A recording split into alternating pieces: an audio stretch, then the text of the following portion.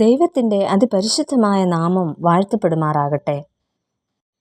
ഇന്നത്തെ വായന ഭാഗം ലേവ്യ പുസ്തകം 19 മുതൽ 22 വരെയുള്ള അധ്യായങ്ങളാകുന്നു.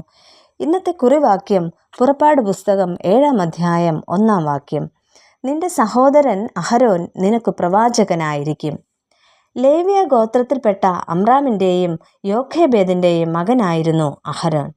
ദൈവം മോശയെ ഇസ്രായേൽ ജനതയുടെ ഉദ്ധാരകനായിട്ട് വിളിച്ച് വേർതിരിക്കുന്നു. എന്നാൽ തനിക്ക് സംസാരിക്കുവാനുള്ള കഴിവ് കുറവാണ് എന്ന് കേട്ട ദൈവം അതിന് പരിഹാരമായി സഹായിയായി നൽകുന്നത് മോശയുടെ സഹോദരനായ അഹരോനെയാണ്. അതിനാൽ ഇപ്രകാരമാണ് ദൈവം അവിടെ പറയുന്നത്, നിന്റെ സഹോദരൻ അഹരോൻ നിനക്ക് പ്രവാചകനായിരിക്കും എന്ന്. അഹരോൻ എന്ന പേരിൻ്റെ അർത്ഥം പ്രകാശമുള്ളവൻ എന്നാണ്. അഹരോൻ അമ്മീനാദാബിൻ്റെ പുത്രിയായ എലീശേബയെ വിവാഹം കഴിച്ചു എന്ന് പുറപ്പാട് പുസ്തകം 6-ാം അധ്യായം 23-ാം വാക്യത്തിൽ നമുക്ക് കാണാം. നാദാബ്, അബീഹു, എലയാസർ, ഈഥാമാർ ഇവർ അഹരോൻ്റെ പുത്രന്മാരാണ്. മോശയേക്കാൾ 3 വയസ്സ് കൂടുതലായിരുന്നു എന്ന് പുറപ്പാട് പുസ്തകം 7-ാം അധ്യായം 7-ാം വാക്യത്തിൽ കാണുന്നു. എന്നാൽ ഇന്ന് അഹരോൻ്റെ ചില പ്രത്യേകതകൾ നമുക്ക് നോക്കാം. ഒന്നാമതായി, സഹായിയായി പ്രവർത്തിച്ച ശ്രേഷ്ഠനായിരുന്നു അഹരോൻ. ആശയ സംവേദനത്തിന് വളരെ പ്രാധാന്യമുള്ള ഒരു സാഹചര്യമായിരുന്നു അന്ന് അവിടെ നിലനിന്നിരുന്നത്. കാരണം ഇസ്രായേൽ ജനങ്ങളെ പുറപ്പെടുവിക്കേണ്ടതിൻ്റെ ആവശ്യകതയെക്കുറിച്ച് മിസ്രയീം രാജാവായ ഫറവോനോട് സംസാരിക്കണം. മാത്രമല്ല ഇസ്രായേല്യരെ ഗണമായി വേണം മിസ്രയീമിൽ നിന്നും പുറപ്പെടുവിക്കേണ്ടത്.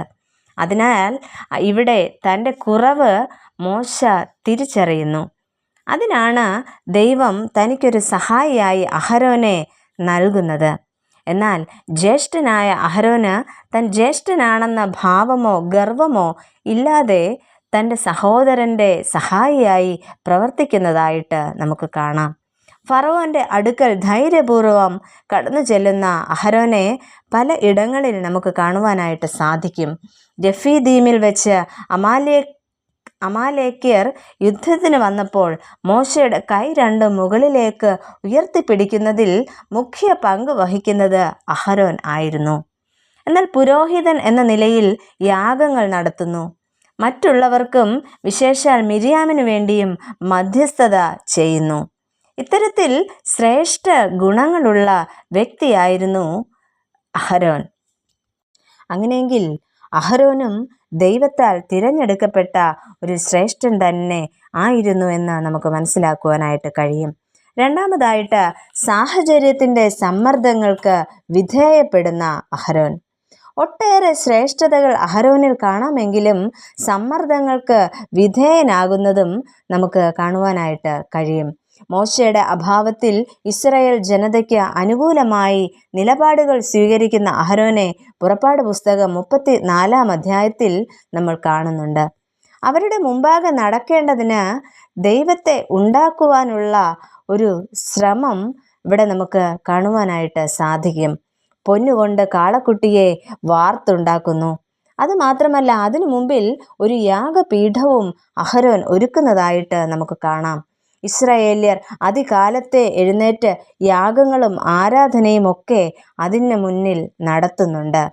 എന്നാൽ ഈ സംഭവത്തിൻ്റെ അനന്തരഫലം പുറപ്പാട് പുസ്തകം 32-ാം അധ്യായം 33-ാം വാക്യത്തിൽ, എന്നോട് പാപം ചെയ്തവൻ്റെ പേർ ഞാൻ എൻ്റെ പുസ്തകത്തിൽ നിന്ന് മായിച്ചു കളയും എന്ന് യഹോവ വളരെ വ്യക്തമായി അരുളി ചെയ്യുന്നത് നമുക്ക് മനസ്സിലാക്കുവാനായിട്ട് സാധിക്കും.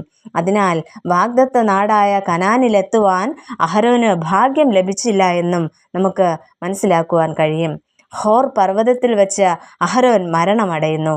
അഹരോൻ്റെ ആയുഷ്കാലം 123 വർഷമാണ് എന്ന് നമുക്ക് മനസ്സിലാക്കുവാൻ സാധിക്കും.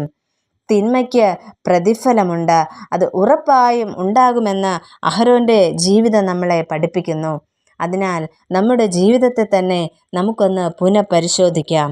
നമുക്ക് ഇങ്ങനെ പ്രാർത്ഥിക്കാം: പ്രിയ പിതാവേ, ശ്രേഷ്ഠ ഗുണങ്ങൾ ഞങ്ങളിൽ ഉള്ളപ്പോഴും ഞങ്ങളിലെ തിന്മയെ തിരിച്ചറിയുവാനുള്ള ശക്തിയെ നൽകണമേ. ആമേൻ.